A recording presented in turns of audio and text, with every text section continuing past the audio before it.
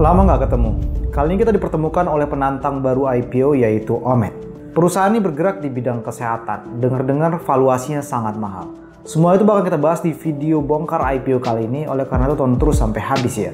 Kalau teman-teman kenalin aku Habibie, mungkin kalian baru pertama kali di video ini aku ucapin selamat datang. Sebelum lebih jauh, seperti biasa, iklan dulu. Sebelum lebih jauh, pastikan dulu kalian subscribe video atau channel ini. Tapi kalau kalian ragu channelnya bakal bermanfaat buat kalian boleh tonton dulu, nanti di akhir boleh di subscribe. Omed atau PT Jaya Mas Medica Industry adalah perusahaan yang bergerak di bidang manufaktur kesehatan. Jangan salah, sektor kesehatan pernah booming-boomingnya di saat COVID-19 masih awal-awal merebaknya. Dan memang secara makro industri kesehatan masih terus berkembang dan bertumbuh di Indonesia. Bagaimana dengan Omed? Semua itu bakal kita bahas di video ini. Halo teman-teman, welcome back. Mungkin udah lama kita nggak ketemu dan nggak bahas tentang suatu emiten. Nah, kali ini kita bakalan ketemu lagi dengan membahas penantang baru yaitu Omed. Kita langsung bahas saja mulai dari riwayat singkat perseroan. Perseroan itu didirikan dengan nama PT Jaya Mas Medica Industry. Didirikan pada tanggal 15 Desember tahun 2000, udah kisaran 20 tahun lah. Dan saat prospektus ini diterbitkan, kegiatan usaha utama perseroan ini adalah bergerak di bidang usaha manufaktur alat kesehatan elektromedik, alat diagnostik, dan seterusnya. Intinya alat-alat kesehatan. Penawaran umum perdana saham ini itu sebanyak-banyaknya saham ditawarkan 4 miliar sekian lembar saham dengan total kepemilikan 15%, dan saham yang bakal mencatatkan itu 27 miliar sekian, nilai nominalnya Rp25. Harga penawarannya itu 204 sampai 310, lumayan besar juga rentang book buildingnya. Nilai penawaran umumnya itu 828 miliar sekian, hampir 1 triliun. Ya lumayan gede lah untuk IPO dari Omed ini. Bahkan itu sampai 1,2 T. Itu kalau misalnya pakai batas atas harga penawaran. Perkiraan tanggal efektifnya 21 Oktober dan tanggal pencatatannya itu 31 Oktober 2022. Nah, dana 800 miliar sampai 1,2 T tadi itu mau diapakan? Di sini dikatakan bahwa sekitar 72,9% itu akan digunakan perseroan untuk pengembangan usaha, capital expenditure, dan working capital. Kemudian 22,87% itu bakalan dikasih kepada anak, yaitu IHSG. Jadi ada nama anaknya IHSG. Kalian jangan bilang ini indeks ya, bukan. Ini anak perusahaan. Singkatannya IHSG, kebetulan aja. Kemudian sisanya 4,94% diberikan ke anak juga, yaitu IHSG. Dan nanti di store lagi, dari anak diberikan kepada anak lagi, yaitu IMR. Yang bakal digunakan untuk capital expenditure dan working capital. Kalau misalnya nanti penawaran umumnya sudah berhasil, maka susunan kepemilikan itu seperti ini. Ada PT Inti Sumber sebagai PSP-nya itu 83,3% kepemilikan. Ada Pak Yakobus, ada Bu Sian itu 0,85% masing-masing, dan masyarakat 15%. Jadi PSP-nya ya PT Inti Sumber. Mengenai Pak Yakobus dan Bu Sian ini nanti bakal kita bahas selanjutnya. Nah, aku mau ngasih tahu ringkas nih tentang anak perusahaan kepada kalian. Ada 2 anak perusahaan dari perseroan ini. Yang pertama ada IHSG. Ini bergerak di perdagangan besar alat laboratorium. Ini merupakan anak yang utama memberikan sumbangsi pendapatan ke perseroan. Itu kisaran 95,9%. Kemudian yang kedua ada IMR dengan kontribusi pendapatan 8,7%. Jadi ada 2, utamanya itu IHSG. Kalau prospek usaha, perseroan ini mengatakan bahwa perseroan akan memanfaatkan masukan yang diperoleh di lapangan, terutama jaringan distribusi yang luas, pusat litbang internal, dan seterusnya. Ini perseroan mengatakan ya lebih mengunggul-unggulkan tentang jaringan distribusinya. Memang sih, jaringan distribusi ini merupakan sesuatu hal yang sangat vital untuk sektor alat kesehatan, obat-obatan seperti ini. Jadi wajar aja perseroan lebih mengutamakan ini di prospektusnya. Jadi untuk keseluruhan sih prospek usahanya ya common sense lah ya, cukup nice to know aja. Poin-poin selanjutnya yang mau aku sampaikan ke kalian adalah manajemen itu adalah founder dari perseroan ini. Tadi udah lihat kan dari struktur kepemilikan sahamnya, ada Pak Yakobus dan Bu Sian. Aku nggak tahu sebutan yang pas tuh Sian apa Siane. Intinya itu, 2 ini adalah foundernya, dan komisaris independennya itu Dr. Supriyantoro. Kemudian direktur utama ada Herlian Sri Aryani dan seterusnya. Kalian bisa lihat di situ ada direktur yang Hartanto juga ujungnya, nanti kita lihat. Oke, sekarang kita bahas tentang laporan keuangan. Ini mungkin yang paling inti yang kalian tunggu-tunggu kali ya. Kita bahas dari laporan keuangan. Yang pertama ada neraca. Untuk neracanya ya sekilas 2019, 2020 sampai 2021 itu naik terus ya. Dari 662 miliar itu menjadi 1,7 miliar. Tapi kalau kita lihat aset ini paling banyak dikuasai oleh total aset lancar. Dari 553 miliar 2019 menjadi 1,4 T di 2021. Jadi bukan aset tetap di bagian aset lancar, bukan, tapi aset lancar. Ini kemungkinan besarnya adalah kas. Kemudian untuk total liabilitas juga naik, tapi porsi liabilitas kelihatannya nggak begitu besar dibandingkan dengan ekuitas. Kalau kita lihat ekuitasnya itu 565 miliar 2019 sampai 1,2 T 2021. Sementara liabilitas di 2021 itu 480 miliar. Jadi porsi liabilitas itu nggak begitu besar dibandingkan dengan ekuitas. Nanti bakal kita bedah untuk liabilitasnya. Sebentar, ada info nih teman-teman. Mungkin kalian udah tahu gimana aku cara memvaluasi, cara menganalisis suatu perusahaan menggunakan fundamental analisis sheet yang aku punya. Dan kalau kalian tertarik, kalian bisa DM IG aku atau Telegram aku. Bisa dikatakan bahwa si Omet ini itu kehilangan momentum emas untuk IPO sebenarnya. Kalau kita ingat-ingat, untuk emiten sektor kesehatan itu udah boomingnya udah lewat, udah kemarin-kemarin. Jadi sekarang udah banyak sektor kesehatan, saham-sahamnya itu mulai turun. Tapi nggak apa-apa, kita lihat aja untuk penjualan netonya itu 2019 1,2 T, 2020 1,9 T, dan 2021 2,2 T. Kenapa sih aku bilang kelihatan kesempatan emasnya? Karena memang kuartalnya itu menurun, sama dengan sektor-sektor kesehatan lainnya. Alasan utamanya ya simple, karena COVID-19 udah mulai mereda. Kalau kita lihat ya, periode 5 bulan yang berakhir pada tanggal 31 Mei, untuk penjualan neto di 2021 itu 802 miliar. Di 2022 itu turun 666 miliar dan turunnya itu cukup besar kalau kita hitung persentase. Bahkan untuk laba dari operasinya ya, kita lihat ya, untuk 2019 laba dari operasi perseroan ini adalah 292 miliar. 2020 800 dan 2021 700, turun juga kan untuk labanya dari 2020 ke 2021. Apalagi untuk laba operasi itu di 2021 yang Mei-nya kita lihat. 2021 yang Mei itu 271 miliar. 2022 yang Mei itu 135 miliar. Jadi turun juga, dan turunnya ini hampir 50%, cukup dalam juga sih. Inilah kenapa aku sebut bahwa untuk kinerja emiten kesehatan kemungkinan nggak bakalan naik dulu, bakalan turun dulu karena COVID-19 udah mulai mereda. Dan kita tahu bahwa ekonomi makro juga sedang tidak baik-baik aja. Tapi kita lihat aja dulu. Dan kalau kita lihat sebenarnya NPM dari perseroan ini juga menurun. Kita lihat ya, kita fokus ke bagian laba tahun berjalan terhadap penjualan neto konsolidasian yang paling bawah. Di 2019 itu 18,57. Oke. 2020 naik 34,74. Ini merupakan tahun di mana pandemi mulai. Kemudian 2021 turun 25,62. Kalau kita lihat yang periode 5 bulan itu juga turun. Di 2021 26,28. Kemudian 2022 13,33. Jadi kita lihat kan, di sini kelihatan menurun gitu loh. Untuk rasio lain yang menarik yang kita lihat misalnya ROE deh.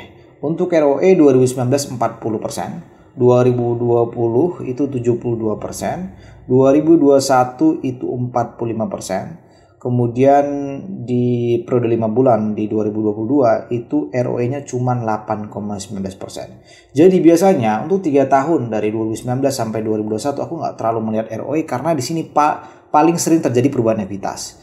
Biasanya perseroan yang mau IPO itu bakal banyak perubahan ekuitas di 2019 sampai 2021 3 tahun terakhir. Jadi ROE-nya kurang merepresentatif lah untuk kejadian pengambilan keputusan. Arus kas mulai negatif. Seperti yang aku katakan tadi bahwa sektor kesehatan tuh udah cukup meroket dari 2019 ke 2020. Jadi simpel lagi nih, ketika udah sampai di puncak itu harus turun dulu kan pelan-pelan. Dan kita lihat arus kas dari aktivitas operasi di 2019 174 miliar, naik 2020 itu naik hampir 2 kali lipat 278 miliar, 2021 juga naik 505 miliar. Kemudian kita lihat 5 bulan di 2021 itu 101 ya, harusnya 101. Kemudian 2022 itu minus 83 miliar. Jadi kemungkinan di 2022 ini arus kas untuk aktivitas operasi nggak bakalan besar-besar banget. Nggak bisa menyentuhin 2021 forecastnya dari aku. Prospek dividen. Perseroan mengatakan ya, ini buat kalian yang mengincar dividen. Cukup baik juga sih kabarnya. Bahwa perseroan ini bakal membayar dividen kepada pemegang saham sebesar setidaknya 25% dari laba bersih setiap tahun yang mana akan dilaksanakan itu mulai tahun 2022. Jadi cukup yakin juga perseroan ini cukup bagus. Dan tadi kita lihat liabilitas dan kita coba bedah ya untuk utang perusahaan yang menurut aku terlihat sehat sih. Kalau kita lihat ya, utang perseroan ini di 31 Maret 2022 itu liabilitasnya 680 miliar. Dan strukturnya paling besar itu dikuasai oleh liabilitas jangka pendek 475 miliar. Kalau kita skim ya, kita lihat di sini nggak ada utang bank, yang ada hanya surat utang jangka menang atau MTN, medium term notes. Dan kita lihat bahwa surat utang jangka menengahnya itu 159 miliar. Ini termasuk utang berbunga. Dan kalau aku baca bunganya 10% per tahun. Selanjutnya yang menarik kita lihat bahwa penyusun liabilitas jangka pendek dari perseroan ini adalah utang dividen 250 miliar. Ini cukup besar ya dibandingkan total liabilitas jangka pendek yang 475 miliar. Ini bakalan aku bedah, aku bakalan kasih tahu ke kalian. Jadi intinya tidak ditemukan utang bank, namun hanya MTN. Tapi MTN ini juga utang berbunga sih. Yang menarik yaitu tadi udah aku katakan bahwa utang dividen. Khusus di video ini aku bakalan bedah dan sampaikan insight-nya ke kalian. Begini cara bagi dividen di perusahaan yang mau IPO. Jadi tentang pembagian dividen pada tanggal 30 September 2021 itu dibagi dividen. Tahun lalu ya, ini belum IPO. Jadi dibagi dividen 455 miliar dalam bentuk uang tunai, itu 255 miliar. Sisanya yaitu 200 miliar dalam bentuk saham. Jadi otomatis pemilik sahamnya itu bakal nambah lagi porsinya dari perseroan ini.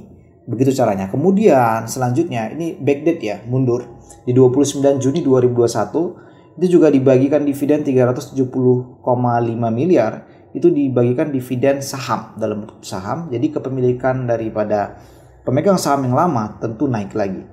Kemudian kita lihat lagi bahwa pada tanggal 30 Maret 2022 itu baru-baru aja Maret kemarin dibagikan dividen lagi sebanyak 250 miliar. Ini dalam bentuk kas tunai dan 120 miliar dalam bentuk dana cadangan sesuai dengan ketentuan pasal sekian-sekian. Jadi keluar lagi uang 250 miliar. Sementara kalian tahu kan bahwa IPO-nya berapa? Itu udah dibayarkan pada tanggal 13 April 2022. Harusnya per sekarang ini utang dividennya sudah hilang karena udah dibayar dan kasnya berkurang. Maka kas keluar kalau di total itu ada 505 miliar selama 2 tahun terakhir. Dividen sahamnya yang keluar 570,5 miliar. Sementara nilai emisi daripada IPO ini adalah 800 miliar sampai 1,2 T. Jadi sebenarnya perseroan ini punya kas yang cukup besar. Punya kas cukup besar. Ya, ini mungkin insight yang sangat penting yang bisa kalian dapatkan dari YouTube Investing ini.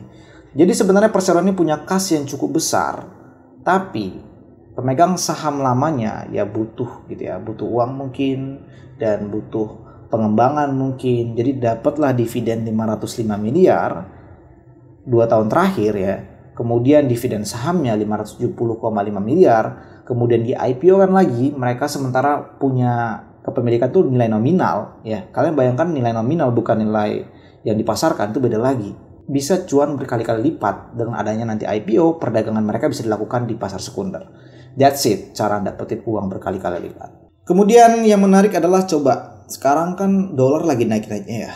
Rupiah tergerus dengan naiknya dolar, maka kita lihat utang dalam bentuk dolar untuk perseroan ini. Memang untuk supply perseroan ini dapatnya juga dari impor-impor, dan kita lihat bahwa utang dari dolar itu ada sekitar 33 miliar, rupiah 85 miliar. Menurut aku nggak terlalu signifikan lah untuk jumlahnya, jadi nggak terlalu dikhawatirkan. Plus aku juga mengasih tahu bahwa ini adalah perusahaan keluarga. Kalian tadi sudah lihat sekilas bahwa ada Pak Yakobus sebagai ayah, Ibu Siani sebagai ibu, Leonard sebagai anak, Louis sebagai anak. Semuanya ini hubungan keluarga dan semuanya ini masuk jajaran manajemen dan ya komisaris dan direktur. Jadi ini perusahaan keluarga. Enak ya punya anak Pak Yakobus. Barangkali kalian mau jadi anaknya.